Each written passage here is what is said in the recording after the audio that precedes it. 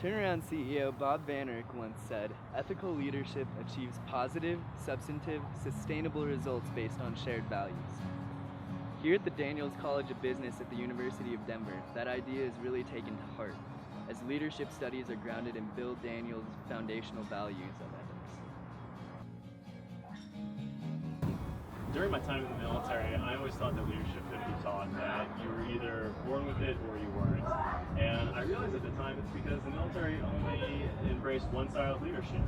And throughout classes like Essence of Entrepreneurship, where we got to use important tools like the Insight Personality Test, I learned that there are different types of leadership and that they're useful for different situations. And we even got to put them in practice at things like Leading at the Edge weekend. And I realized basically how many blind spots I've had and how ineffective I've been in certain situations, and have been able to work to improve that sense.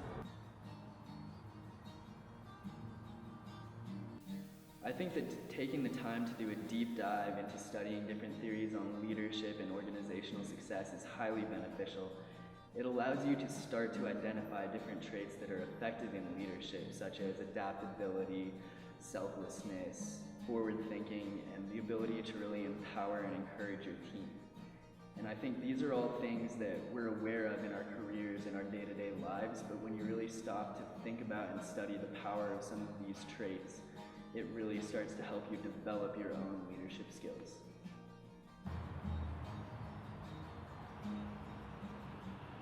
Part of what Bob Van Eyck emphasized was what he called yin and yang leadership, where essentially you have the more direct side of leadership, which is very often useful for crisis, quick decision making, situations where you need to take strong action and be the directing figure.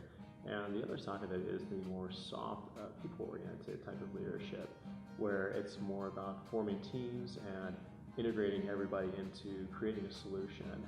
And what I've learned throughout this program is that it's important to seamlessly move between the two.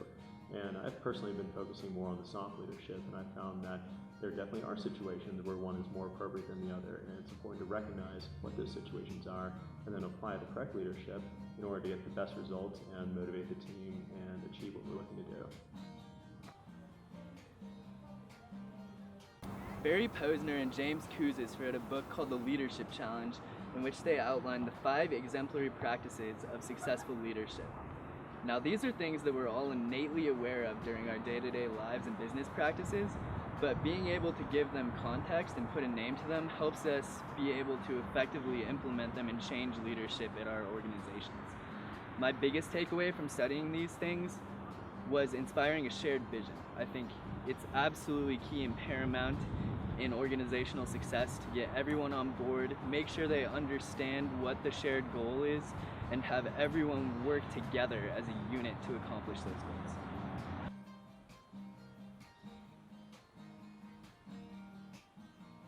Traditionally, MBA programs have been focused mainly on the finance side, the accounting side, really the hard numbers of running a business. And one of the biggest draws of the Daniels MBA program, one of the things that makes it rank on the most innovative lists, is that it does focus on the soft side, especially things like leadership. Things that historically people have said cannot be taught, but we've actually seen that it can. And so integrating that with the harder side of things, econ, accounting, finance, etc., really does develop a more well-rounded leader and prepares us for those higher level roles that we're all striving for. There are a number of things that I've learned here that I've been able to take back and effectively employ at my organization with my team the very next day after we learn them. Studying shareholder versus stakeholder theory, things like that are very important, and one of my primary takeaways has been the power of empowerment, and that's something that I've brought back to my team and has really increased our efficiencies and effectiveness. The idea that everyone on the team should have a defined role and know that they bring value on a day-to-day basis is critical in achieving team chemistry and effectiveness.